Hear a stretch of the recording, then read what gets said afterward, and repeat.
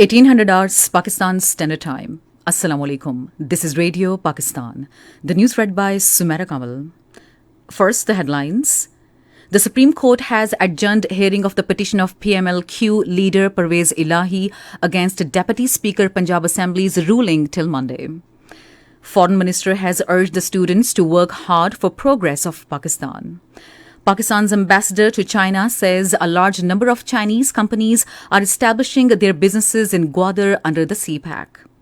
Prime Minister has welcomed the deal signed between Ukraine and Russia, allowing Kyiv to resume exports of grain through Black Sea. All Parties Youth Conference has deplored the indifferent attitude of the international community towards the sufferings of the oppressed people of the Indian illegally occupied Jammu and Kashmir. In Iran, 21 people have died due to heavy rains caused by flooding in Fars province. And now the news in detail.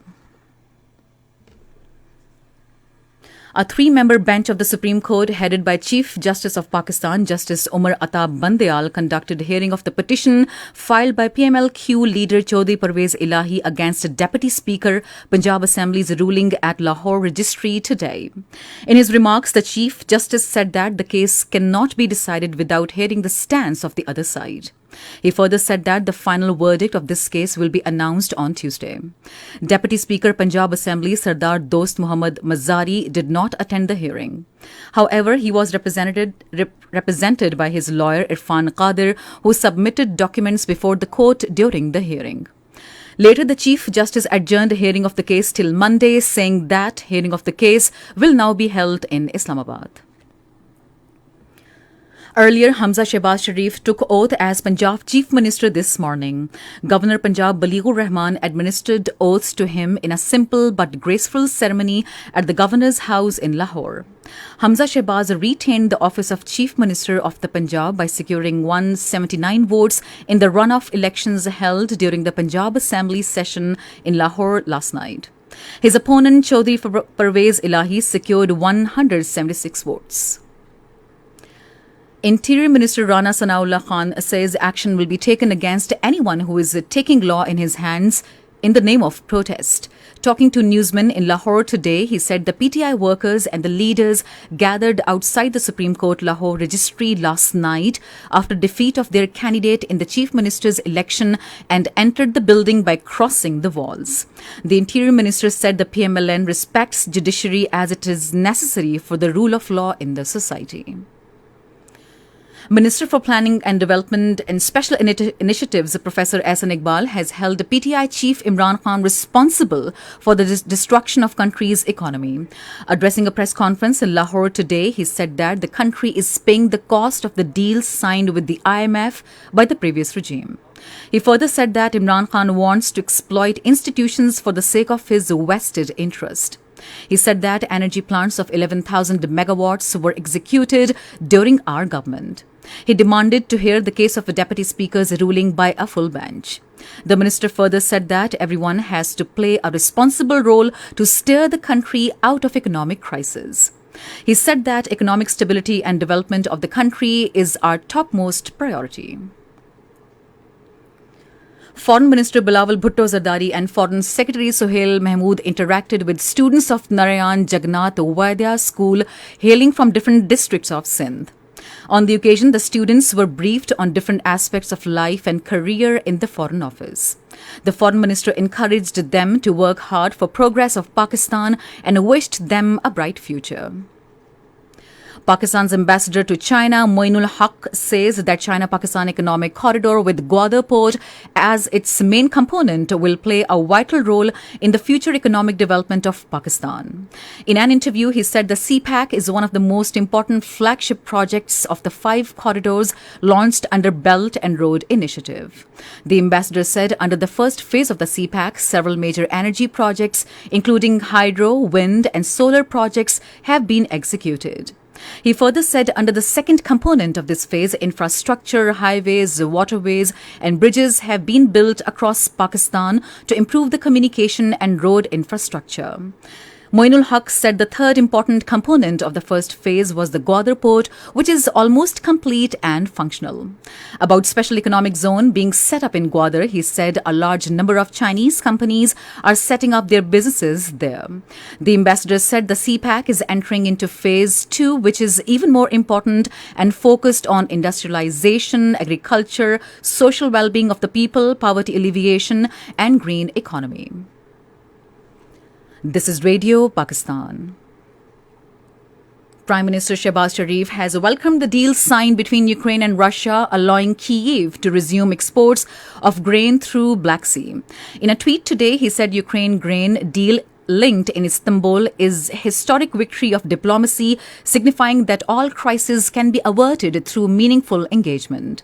He also congratulated Turkish President Recep Tayyip Erdogan on his remarkable achievement and thanked Turkey for its key role in preventing global food crisis. The United Nations Secretary-General Antonio Guterres has said the unprecedented agreement on the resumption of Ukrainian grain exports via the Black Sea amid the ongoing war is a beacon of hope in a world that desperately needs it.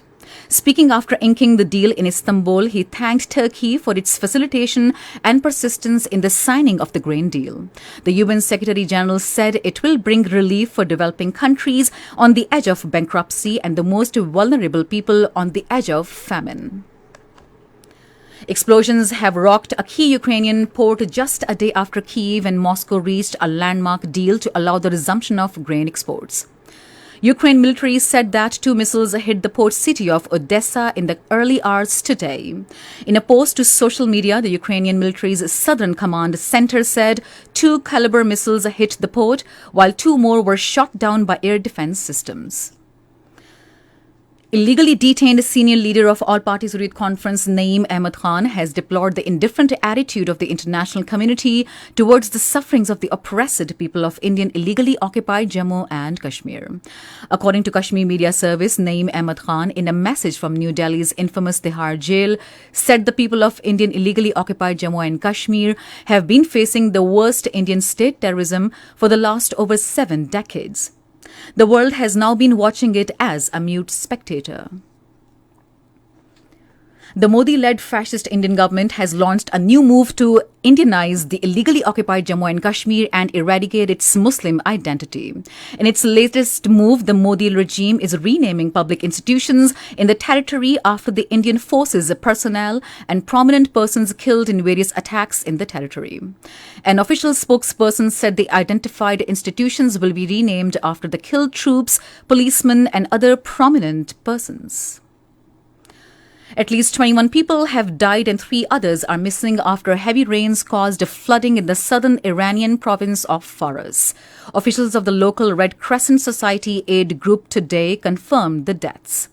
They further said that 150 emergency responders and an aerial unit are working at the scene at the town of Istanbul.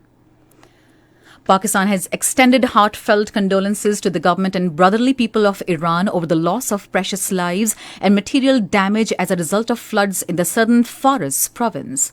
In a statement today, Foreign Office spokesperson Asim Iftikhar Ahmed said, "Our thoughts and prayers are with the victims and their families, and we wish speedy recovery to those injured as a result of this natural disaster." He further said, "We stand in solidarity with the government and people of Iran at this moment of grief." The second cricket test of 2-match series between Pakistan and Sri Lanka will begin at Galle tomorrow. The match will start at 9:30 a.m. Pakistan Standard Time. Pakistan lead the series by 1-0. And finally, the weather.